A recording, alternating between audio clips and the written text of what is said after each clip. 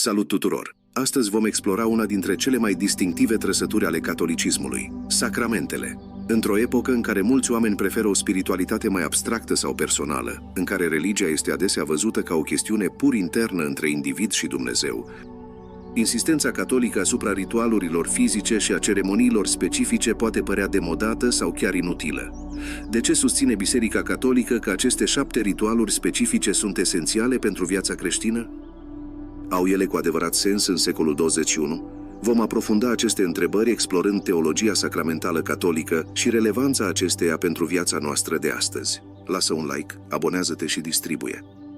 Să începem prin a înțelege exact ce este un sacrament conform doctrinei catolice. Catehismul Bisericii Catolice definește sacramentele ca semne eficace ale Harului, instituite de Hristos și încredințate Bisericii, prin care ne este împărtășită viața divină. Această definiție poate părea tehnică, așa că haideți să o analizăm. În primul rând, sunt semne, adică realități vizibile care indică spre ceva invizibil. În al doilea rând, sunt eficace, adică produc de fapt ceea ce semnifică. Nu sunt simple simboluri goale. În al treilea rând, au fost instituite de Hristos însuși. Nu sunt invenții omenești. Și în al patrulea rând, ele împărtășesc viața divină. Adică ne comunică cu adevărat harul sfințitor al lui Dumnezeu. Pentru a înțelege de ce au semnificație sacramentele, trebuie mai întâi să înțelegem natura ființelor umane. Suntem creaturi compuse din trup și suflet, din materie și spirit. Nu suntem nici îngeri pur spirituali, nici animale pur materiale. Suntem o uniune misterioasă a ambelor realități. Tot ceea ce trăim, chiar și cele mai spirituale realități, le trăim prin natura noastră trupească. Învățăm prin simțuri, comunicăm prin gesturi fizice și cuvinte, exprimăm iubirea prin acțiuni concrete. Aceasta este natura noastră, iar Dumnezeu care ne-a creat o cunoaște perfect. Sacramentele respectă și onorează această natură umană integrală. Dumnezeu ar fi putut să ne dea harul său într-un mod pur invizibil și interior, dar a ales să o facă prin semne vizibile și tangibile, deoarece așa funcționează psihologia noastră umană. Trebuie să vedem, să atingem, să auzim și să experimentăm realitățile spirituale senzorial pentru a le înțelege pe deplin. Aceasta nu este o slăbiciune, ci o parte a planului divin al naturii noastre. Sacramentele sunt, într-un fel, modul lui Dumnezeu de a se adapta condiției noastre umane pentru a comunica cu noi cât mai eficient posibil. Această înțelegere este adânc înrădăcinată în misterul întrupării. Când Dumnezeu a ales să se reveleze definitiv umanității, nu a trimis pur și simplu un mesaj sau o idee abstractă. S-a făcut trup, a devenit materie. Cuvântul s-a făcut trup și a locuit printre noi, spune Evanghelia după Ioan. Isus este sacramentul primordial, semnul vizibil al Dumnezeului nevăzut. În umanitatea sa tangibilă și concretă, Dumnezeu ni se face accesibil. Sacramentele continuă acest principiu al întrupării, prin elemente materiale obișnuite, cum ar fi apa, pâinea, vinul și uleiul. Dumnezeu continuă să ne atingă viețile într-un mod real și transformator. Să examinăm acum cele 7 sacramente specifice și modul în care acestea corespund etapelor și nevoilor fundamentale ale vieții umane. Biserica împarte în mod tradițional sacramentele în 3 categorii: sacramente ale inițierii creștine, sacramente ale vindecării și sacramente în slujba comunității. Această structură nu este arbitrară, ci reflectă totalitatea experienței umane. Sacramentele inițierii sunt botezul, mirul și Euharistia. Acestea ne introduc în viața creștină și ne încorporează în trupul lui Hristos, care este biserica. Botezul este nașterea la o viață nouă în Hristos. Așa cum ne naștem fizic pentru a intra în viața naturală, ne naștem spiritual prin botez pentru a intra în viața supranaturală. Însuși Iisus i-a spus lui Nicodim că este necesar să ne naștem din apă și din Duh pentru a intra în împărăția lui Dumnezeu. Botezul nu este doar un simbol al curățării sau un simplu ritual de bun venit. El spală cu adevărat păcatul originar, infuzează harul sfințitor și ne face copii adoptivi ai lui Dumnezeu și membri ai trupului lui Hristos. Mirul este ca o maturizare spirituală. Așa cum adolescenții trec prin rituri de trecere în multe culturi, mirul marchează momentul în care un creștin primește plinătatea Duhului Sfânt pentru a fi un martor matur al lui Hristos în lume. El întărește darurile primite la botez și ne dă putere să ne trăim pe deplin vocația creștină. În vremea noastră, când tinerii se confruntă cu atâtea presiuni culturale și provocări la adresa credinței lor, mirul capătă o semnificație specială ca moment de angajament personal și întărire spirituală. Euharistia este centrul și apogeul întregii vieți sacramentale. Nu este doar o amintire simbolică a cinei cea de taină. Doctrina catolică ne învață că, în Euharistie, pâinea și vinul sunt transformate cu adevărat și substanțial în trupul și sângele lui Hristos. Aceasta se numește transubstanțiere. Când primim împărtășania, nu primim un simbol al lui Hristos, îl primim pe Hristos însuși. Aceasta este o afirmație extraordinară, dar este ceea ce Iisus însuși a învățat clar în capitolul al 6-lea al Evangheliei după Ioan, când a spus: Trupul meu este adevărată mâncare și sângele meu este adevărată băutură. Cine mănâncă trupul meu și bea sângele meu rămâne în mine și eu rămân în el. Mulți dintre discipolii lui Iisus au considerat această învățătură dificil de acceptat și l-au părăsit. Iisus nu i-a chemat înapoi pentru a le spune că vorbea metaforic. I-a lăsat să plece. Aceasta arată cât de important era pentru el să înțelegem realitatea literală a prezenței sale în Euharistie. Într-o lume în care ne simțim adesea singuri și deconectați, în care căutăm cu disperare o conexiune autentică și o comunitate, Euharistia ne oferă cea mai intimă unire posibilă cu Dumnezeu și cu frații și surorile noastre în credință. Nu este doar ceva ce ne amintim. Este cineva pe care îl primim. Sacramentele vindecării sunt împăcarea și ungerea bolnavilor. Acestea abordează două realități umane universale, păcatul și boala. Cu toții păcătuim și cu toții experimentăm boala sau slăbiciunea la un moment dat în viața noastră. Dumnezeu nu ne lasă singuri în aceste momente de vulnerabilitate, ci ne oferă har vindecător prin aceste sacramente. Lasă un like, abonează-te și distribuie. Sacramentul reconcilierii, cunoscut și sub numele de spovedanie, este probabil unul dintre cele mai înțelese și respinse, chiar și de mulți catolici. Obiecția comună este: de ce trebuie să-mi mărturisesc păcatele unui preot? Nu pot pur și simplu să le mărturisesc direct lui Dumnezeu?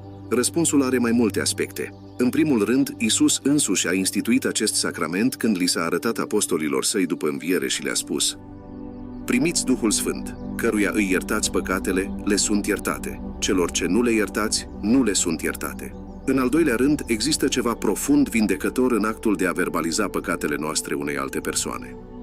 Păcatul prosperă în întuneric și secret. Aducerea lui la lumină prin mărturisire verbală este primul pas către adevărata eliberare. Psihologii moderni recunosc valoarea terapeutică a verbalizării vinovăției noastre și a primirii cuvintelor de iertare și acceptare. Sacramentul reconcilierii oferă acest lucru în forma sa cea mai profundă. Nu numai că primim înțelegere umană, dar primim și iertarea lui Dumnezeu, mediată sacramental prin preot. Mai mult, sfatul și penitența pe care ni le oferă preotul ajută la creșterea noastră spirituală. Într-o perioadă de criză a sănătății mentale, în care atât de mulți oameni se luptă cu vinovăția, rușinea și anxietatea, acest sacrament oferă o vindecare care depășește ceea ce poate oferi psihologia singură.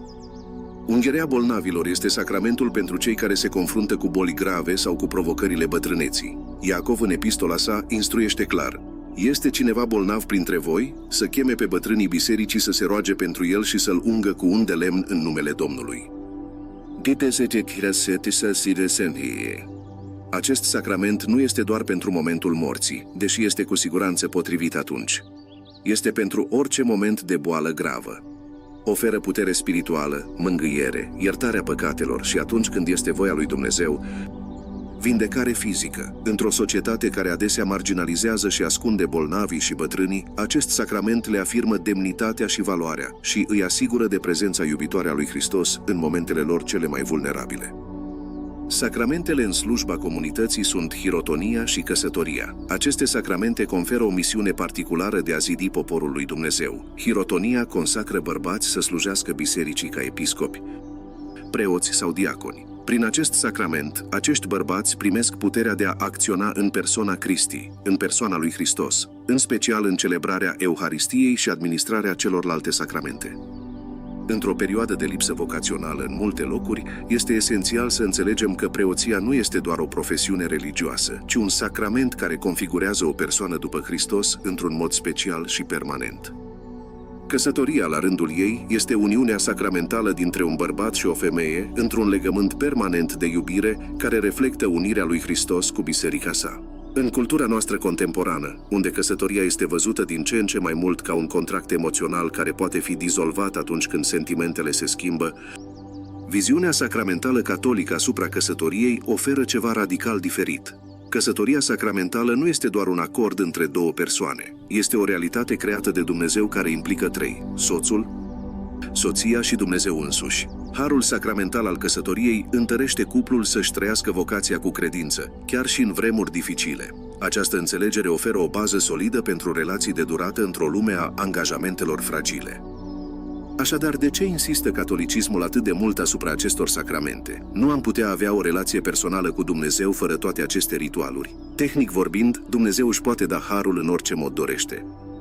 El nu este limitat de sacramente. Cu toate acestea, sacramentele sunt mijloacele obișnuite și de încredere pe care Hristos le-a stabilit pentru a ne comunica harul său. Sunt promisiunile demne de încredere ale lui Dumnezeu.